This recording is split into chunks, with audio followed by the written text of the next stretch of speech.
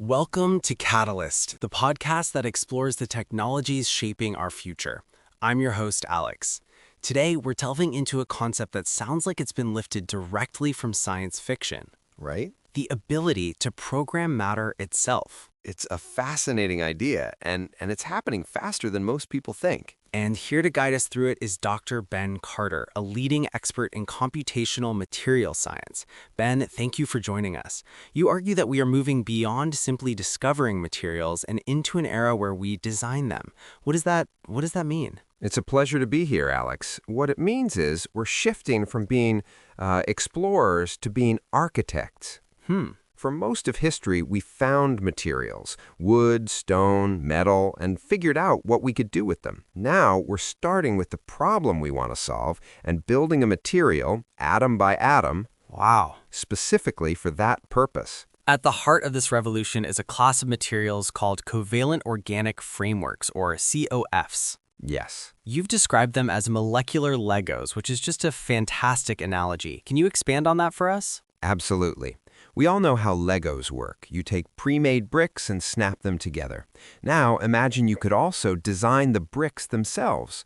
What if you could choose the shape, the size, the color, and even the chemical properties of each brick Okay. before you start building? That's what we do with COX, which we often just call COFs. So these COFs are built from custom-designed molecular bricks. Curious, what are you building with them? We are building crystals, but unlike the disordered, tangled molecular chains in something like plastic, which you can think of as a messy pile of spaghetti, Right. COFs are built with incredible precision. The molecules link together with strong covalent bonds to form a perfectly ordered three-dimensional structure, Aha. and like a crystal lattice. And you're saying that this internal order is the key. Why is that so important? Because that perfect order creates a network of precisely defined tunnels and cavities running through the material, Right. what scientists call pores. And here's the breakthrough.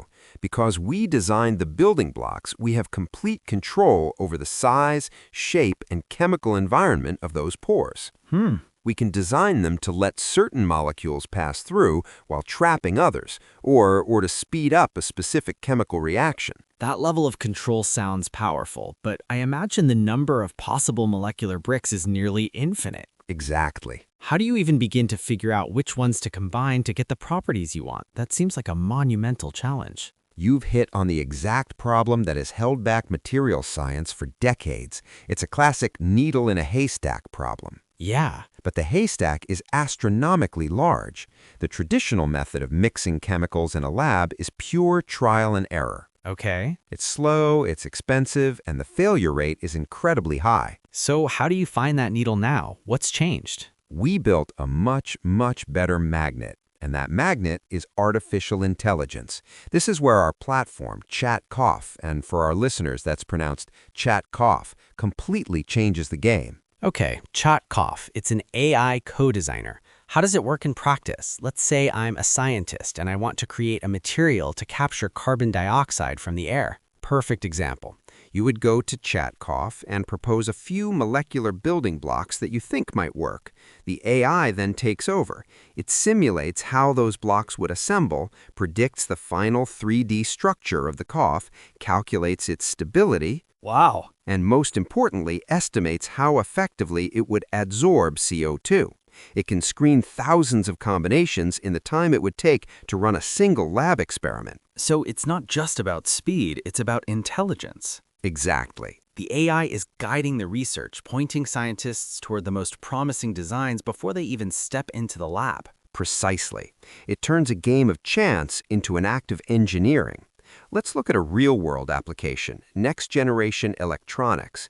Inside a computer chip, you have billions of microscopic wires. The material between them, the insulator, is critical to prevent signals from interfering with each other. Using ChatCOF, we can design a COF with a perfectly uniform pore structure, Okay. creating a near-perfect insulator. This directly leads to chips that are faster and more energy efficient. And the same design philosophy can be applied to medicine. The idea of creating a smart cage for targeted drug delivery is truly incredible. It is, and it's one of the most exciting frontiers. Instead of flooding a patient's body with powerful chemotherapy drugs that damage healthy cells, Yeah. we can design a cough to be a precision vehicle.